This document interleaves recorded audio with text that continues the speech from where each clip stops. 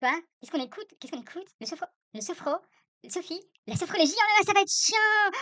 Et ça va durer combien de temps? On sait pas. C'est obligé d'écouter? C'est obligé d'écouter? Oh non, mais c'est pas vrai, hein, sans déconner, hein. Bienvenue à vous. Depuis que j'ai eu l'idée de faire ce podcast, je me suis posé 200 000 questions sur ce que j'allais y mettre, ce dont j'allais parler, la longueur des épisodes, le design de la jaquette, le générique de début, celui de la fin, la façon de le promouvoir, qui allait m'écouter, est-ce que cela va intéresser quelqu'un à part mes proches qui seront obligés d'écouter? Comment est-ce qu'on enregistre? Est-ce qu'il faut que j'achète du matos, un micro? Est-ce qu'il faut que je télécharge un logiciel? Est-ce que je n'ai pas autre chose à faire? Est-ce que je ne ferais pas mieux d'aller chercher des clients? 200 000 questions, ok, c'est beaucoup, et c'est beaucoup trop, peut-être au moins une bonne dizaine. Le premier épisode, je l'ai réécrit, sans mentir, 3 fois. Et chaque version a été enregistrée 5, 6 fois, parce que je me trompe, parce que je bafouille, parce que j'essaie de tout enregistrer en une fois, parce qu'on est en été, que j'ai chaud, que je dois fermer les fenêtres et éteindre le ventilateur, sinon le micro va capter la mobilette du coin de la rue et le vent force 4 de mon Dyson. Je viens de vous faire un très très beau placement de produit absolument non rémunéré. J'ai passé la journée d'hier sur la dernière version de ce que je pensais vous proposer. Et puis ce matin, je me suis décidé à tout recommencer encore une fois. Je ne sais pas vous, mais moi, quand je découvre une nouvelle série, je suis impatient d'être captivé. Si le premier épisode n'est pas sensationnel, mais à se taper le cul par terre, je me dis que c'est la pire série que je n'ai jamais vue et que finalement, les feux de l'amour, ce n'est pas si mal. J'exagère évidemment, je fais mon intéressant parce que justement, j'essaie de vous captiver tout de suite. Vous avez vu, j'ai même essayé de vous faire rire avec un petit générique. C'était couillon à faire, je me suis enregistré et j'ai accéléré la piste. Je n'ai pas encore les moyens d'engager un orchestre. Comment captiver les gens tout de suite, au premier épisode? Je ne peux pas mettre des images, c'est de la radio, donc je ne peux compter que sur ma personnalité et sur ma voix. À propos de voix, quand je me suis formé à la sophrologie, tous nos intervenants étaient des sophrologues en exercice qui venaient passer chacun 2 jours avec nous. À la fin de chaque journée, il y avait une pratique des exercices et notamment une séance de sophro. Et plus encore que la découverte de la sophro du jour, j'attendais impatiemment de découvrir leur voix. On n'a pas la même voix quand on fait une séance. On la modifie, elle devient plus profonde, plus monocorde, puisqu'elle doit vous amener à un état entre la veille et le sommeil. J'attendais donc de découvrir leur voix de sophrologue. Pour moi, c'était un peu comme vivre en direct une émission de radio. Et chacun de ces intervenants avait une voix singulière et particulière que l'on entendait à ce moment-là. Il l'avait travaillé, cherché, comme je l'ai fait aussi. Notre voix, c'est notre instrument de travail. Et cela permet beaucoup de choses. Quand vous faites une séance de sophrologie, vous avez les yeux fermés, vous êtes concentré sur la voix et sur ce que le sophrologue va vous dire. Son talent, ça va être de personnaliser ses visualisations et de vous guider avec sa voix.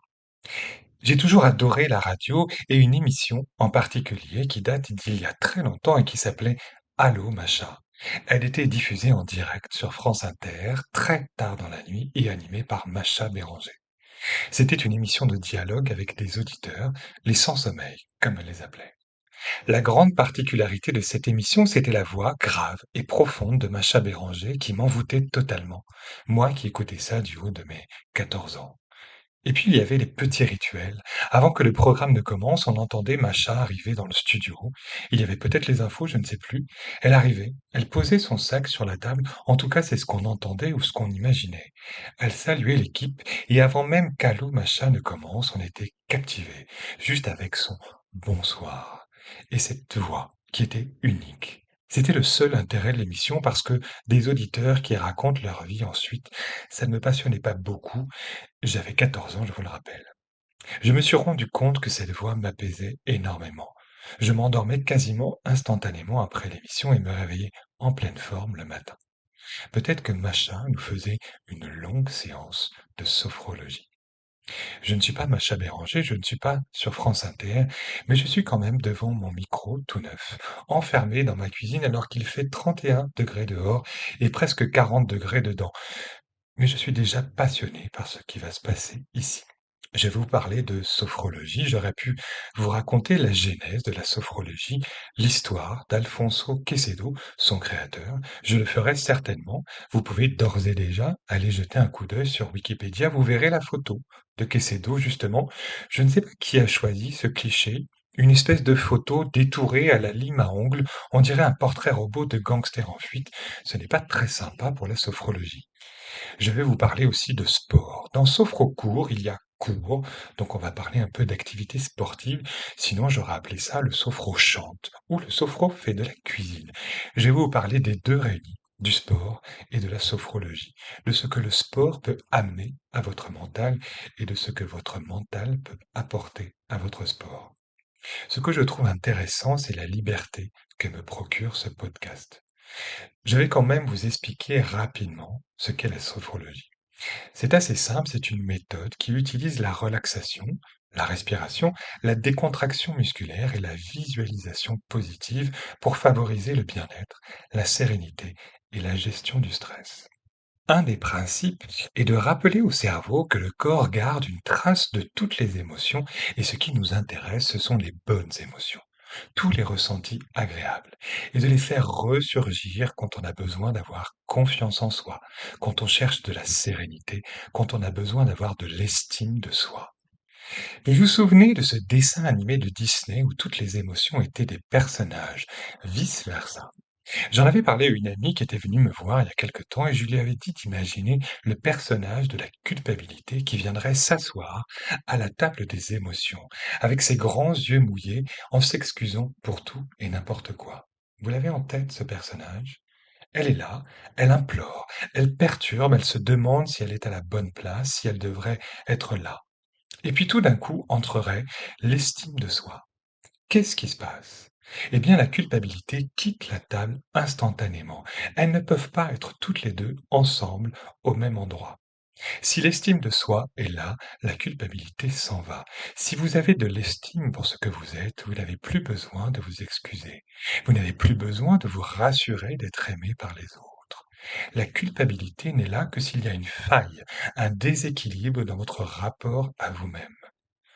On a tous eu, à un moment dans notre vie, de l'estime pour ce que l'on était, ou pour quelque chose de bien que l'on avait fait. Le corps a gardé, archivé ce ressenti, et la sophrologie va tout simplement vous aider à retrouver le dossier estime de soi et à le revivre. La sophrologie me plaît, me correspond parce que c'est simple et c'est efficace. En tout cas, ça l'est pour moi. Le sport également, c'est simple, c'est efficace, ça booste votre mental. On parle souvent de dépassement de soi dans la pratique d'un sport. Littéralement parlant, on va aller au-delà de soi-même, repousser des limites que l'on s'était données. Je ferai un épisode sur les croyances limitantes et la loi de Pareto, les fameux 20-80. Aujourd'hui, à l'heure où j'enregistre cette dernière version du podcast, c'est l'Ironman à Nice. Un Ironman, en dehors d'être une armure qui va manger des burgers avec Captain America, c'est une épreuve sportive, un triathlon. Mais un triathlon particulier parce qu'il faut enchaîner dans la même journée 3 km 800 de natation, 180 km 200 de vélo et 42 km 195 de course à pied, soit 226 km en tout. Pour faire ça, il faut effectivement être un Avenger, avoir du sang de super-héros dans les veines et un mental d'acier. George Hussle a terminé un Ironman en Australie. Il a nagé 3 km 800 pendant 1 heure, 30 minutes et 44 secondes. Il a ensuite pédalé sur 180 km 200 en direction de Port Douglas sur une période de 7 heures, 47 minutes et 9 secondes. Il s'est arrêté 11 minutes afin de reprendre son souffle et a enchaîné avec un marathon de 42 km 195 qu'il a terminé en l'espace de 6 heures, 38 minutes et 49 secondes. 226 km en près de 16 heures. C'est incroyable. Et ce qui est plus incroyable encore, c'est la particularité de George Hussle. Il a 80 ans. Voilà pourquoi je vais vous parler ici de sport et de sophrologie. Pas pour vous convaincre de faire un Ironman, mais pour vous montrer que beaucoup de choses sont possibles, réalisables, et que le seul obstacle est dans la tête. Je ne suis pas forcément le mec le plus serein de la planète, ce n'est pas parce que je suis sophrologue que je vis comme un ascète en lien direct avec l'univers, baignant H24 dans des émotions positives. J'ai des coups de fatigue, des coups de mou, comme tout le monde. Mais avec du sport, de la sophrologie, des amis, de la famille, de l'amour, j'arrive à être heureux. Le bonheur est la seule chose qui se double si on le partage. C'est Albert Schweitzer qui disait ça. Je vous partage donc un peu de mon bonheur. En tout cas, je vous souhaite la bienvenue ici dans le podcast du Sophrocourt. Si ça vous plaît, n'hésitez pas à partager, c'est comme ça que je me ferai connaître. Vous savez comment ça marche, c'est aussi et souvent du bouche à oreille. Ça tombe bien, je prends le concept au pied de la lettre. Ma bouche est tout contre votre oreille, surtout si vous m'écoutez au casque. À très bientôt pour un prochain épisode. Une bonne journée ou une bonne soirée à vous. C'est fini? C'est fini? Il a fini, Sophie, la sophrologie? C'est mais oh là là, mais c'est trop, trop, trop bien! Non mais tu vu la chair de poule? Mais il va revenir quand? Dans un mois, mais c'est trop long, sans déconner!